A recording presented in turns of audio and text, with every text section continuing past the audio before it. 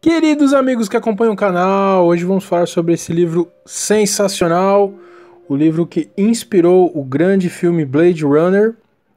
Para quem gosta de ficção científica, obviamente é um filme que não pode deixar de ser visto, tanto o dos anos 80, né, com Harrison Ford como estrela principal, como o novo Blade Runner 2049. Vamos falar sobre o livro que foi a inspiração do filme, que tem o nome absurdo de, androides sonham com ovelhas elétricas? Sim, meus amigos, o nome do livro é bem esquisito, mas há um motivo, e esse é um dos itens que a gente vai falar ao longo desse vídeo. Então vamos começar a ele. Bom, a primeira parte que eu queria comentar é exatamente a questão do livro versus o filme. Em diversos momentos aqui a gente vai falar sobre características específicas de cada um, né? Não tem como você falar do livro sem falar do filme. Então é muito importante ficar bem claro isso. O livro é apenas uma inspiração para o filme, não é a história fidedigna do filme, ok? Então tem alguns pontos positivos, outros nem tanto. E o próprio nome do filme é Blade Runner. Eu estudei bastante, fui atrás aí bastante para entender, né? Porque o próprio nome do filme não tem nada a ver com o filme. Então Blade Runner, ele foi inspirado num outro conto, né? Que é exatamente Blade, né? De lâmina, e Runner de que corre, né? O corredor, ou, né? Tem um outro significado, traficante. E ele veio de uma outra obra de ficção científica, que era exatamente médicos, né? No futuro apocalíptico. Médicos que eram tão valorizados que eram praticamente traficantes, né? Para você ter um médico que te cuidasse, você precisava praticamente apelar para o mercado paralelo aí, né? De traficante de droga, essas coisas. Então o próprio nome do filme não tem nada a ver com a história, nem do livro, nem do filme, mas ela foi aí baseada numa outra história e, obviamente, né? O nome pega, então é um nome bem comercial, digamos assim, né? Então é muito claro que deixar isso muito claro, né? O livro ele tem um nome completamente diferente, não é idêntico ao filme, e a gente vai abordar bastante essa questão ao longo desse vídeo. Outra coisa que eu sempre falo, pessoal, os meus vídeos eles são apenas para dar starts, para dar inserções, por isso que obviamente eles são curtos. Um livro e um filme desse tamanho não dá para se falar em tão pouco tempo. E longe de mim, obviamente, querer de qualquer forma explicar o livro, né? Eu só faço inserções assim muito interessantes dos livros, para que as pessoas tenham a curiosidade de ir atrás, né, de outras informações e, obviamente, sempre ler o livro. Essa é a minha principal função nos vídeos que eu faço, ok, pessoal? Então vamos lá, para começar, eu queria falar um pouco sobre o autor, né, esse Philip K. Dick, que é um cara que ele foi muito importante aí na história da ficção científica, né? Quem conhece ele sabe que ele é ligado a muitas coisas aí malucas: droga, budismo, cabalismo, gnosticismo, doutrinas herméticas, parapsicologia e até extraterrestres ele já estudou. Então ele é um cara bem eclético, assim, religiões ele gosta muito, né?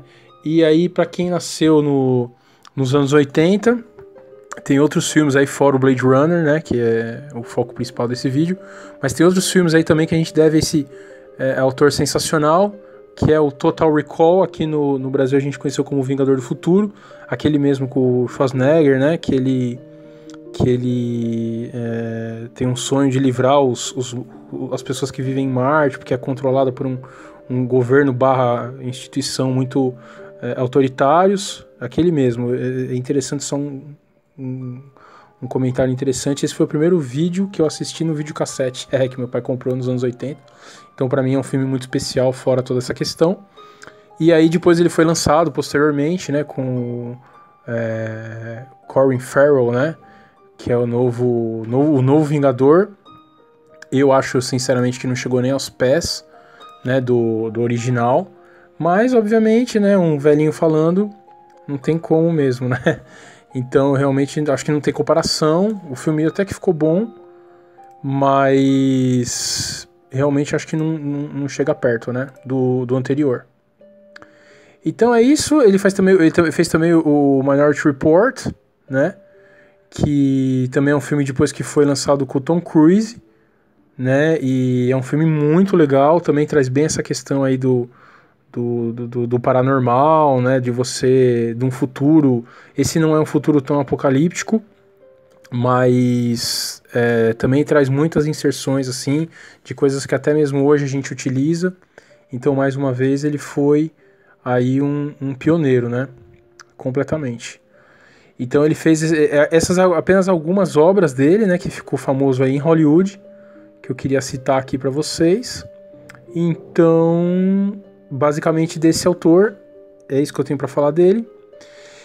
Então, começando aí com a história mesmo do filme, né, aquele meio clichêzão dos anos 80, que é a Guerra Mundial Terminus, né, que é uma guerra mundial, sempre tem essa questão da guerra, porque era uma questão que o pessoal tinha muito medo aí nos anos 80, que tivesse uma guerra nuclear, né, porque com a Guerra Fria, tá todo mundo com medo se os Estados Unidos começassem a bombardear a União Soviética e vice-versa, realmente a gente teria seríssimos problemas, né, mas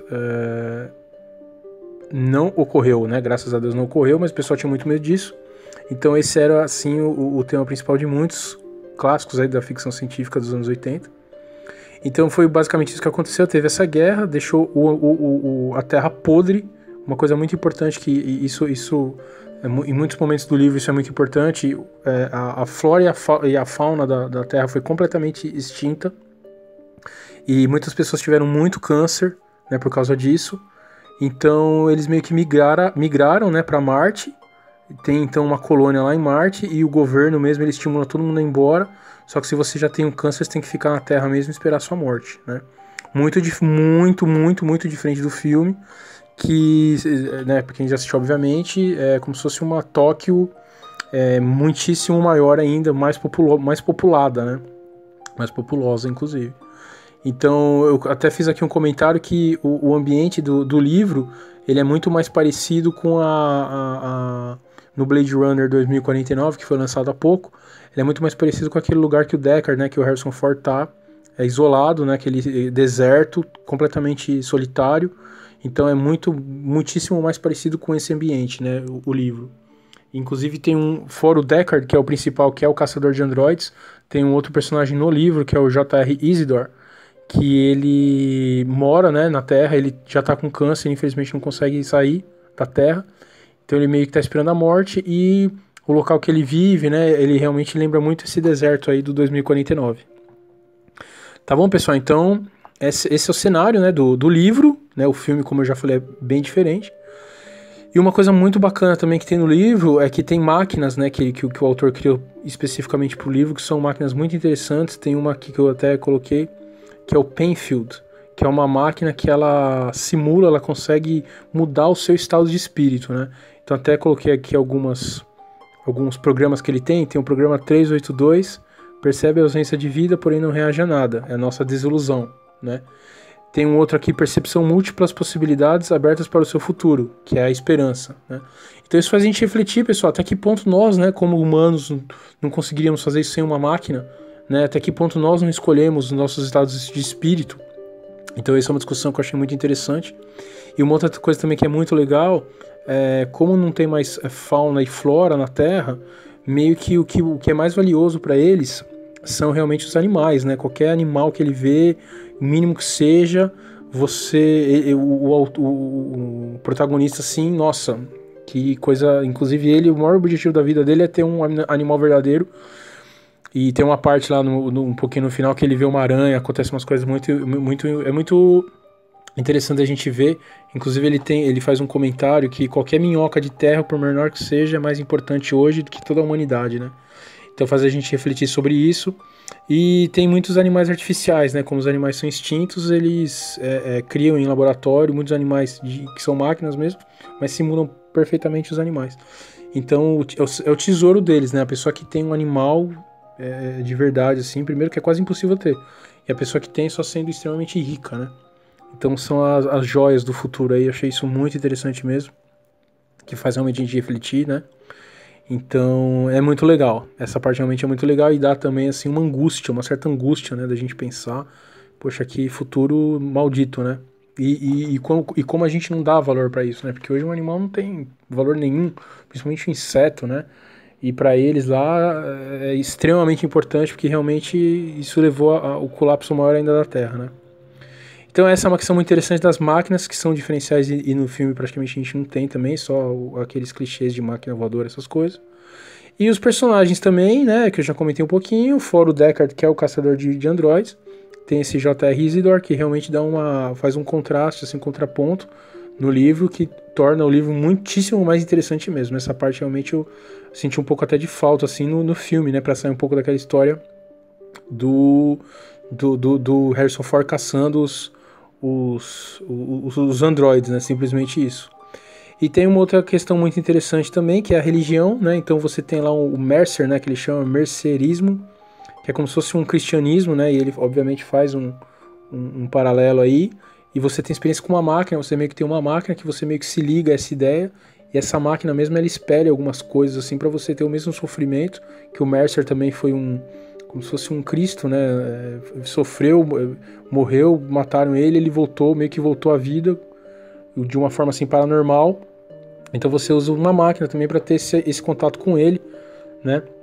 Então eu vejo também que faltou, lógico que nos anos 80 seria algo muito sensível, né, de você discutir, mas essa questão também da religião, muito bacana no livro, vale a pena também conferir essa parte que é muito diferente, tá?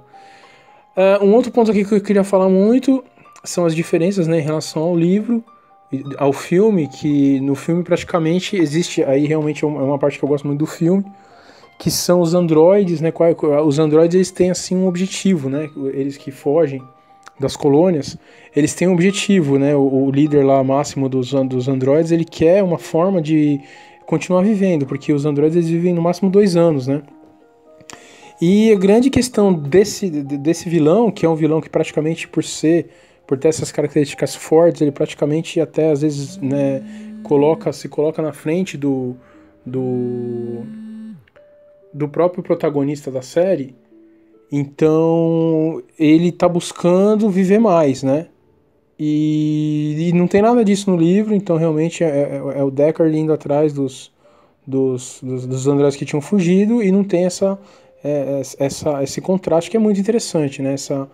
Esse desafio, assim, digamos, dos vilões, que eles querem só viver mais, né? Então não tem isso realmente no livro. A grande questão é que o Deckard, que é o caçador, ele tem que caçar os androides e ponto final, né? Então acho que isso enriqueceu muito o filme também, foi muito interessante. Então a conclusão aí, pessoal, é que realmente é um livro genial, né? O cenário é sensacional, sem igual. Eu realmente recomendo para quem gosta de ficção científica, principalmente aquelas ficções dos anos 80, né, 90, que marcou muito a minha geração especificamente, que tem essa questão do mundo pós-apocalíptico, dos androides, né, de máquinas, tudo. Então realmente eu recomendo, tá? É um livro muito bacana e é realmente um símbolo assim de uma era, né? Porque o Blade Runner marcou e até hoje marca imensamente a nossa cultura pop. Ok, pessoal? Espero que vocês tenham gostado. Curtam o canal, se inscrevam. Um grande abraço!